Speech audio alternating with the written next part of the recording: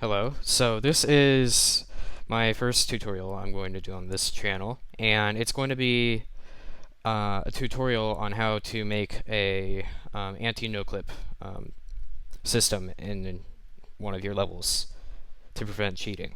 So this requires a spawn trigger, a count trigger, a pickup trigger, and a stop trigger. And the mechanism behind it is that when you hit a spawn trigger, you put it in an out of bounds area where you're not supposed to be to detect like no clip or someone like clipping through a block they're not supposed to. And from there, it starts the count trigger, which counts uh, up to 1. And once it meets that, which is just the value is 1, so it just counts it instantly. There's a stop trigger that stops the count trigger, and since it's the stop trigger is multi-trigger, so since it's multi-trigger, it keeps looping it, and then eventually it just overloads the system and it crashes.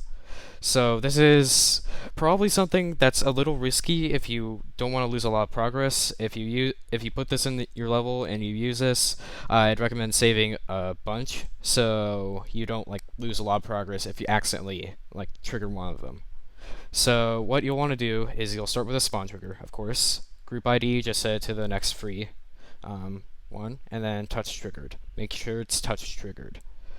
Next, you just put down the count trigger, and so the item ID, next free, target ID, make sure it's the next free one, and target count, set this to 1. So make sure it's spawn triggered, activate group, and multi-trigger. Make sure it's all of these, just remember this. And then the group ID should be the one that the spawn trigger activates.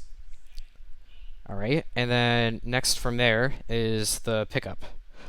So the pickup is item ID that was put in the count trigger, and then count 1, spawn trigger, and multi-trigger. And just set that to the spawn trigger's target ID as well.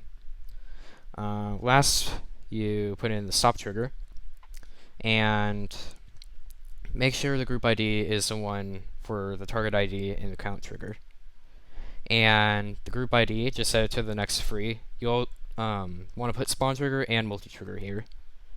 Then for the count trigger, you're going to want to set that to the target ID from the stop trigger. This creates that overflow which crashes the game. So if you ever put this in your level, save whenever, like save before you playtest at all, so you don't lose any progress on accident.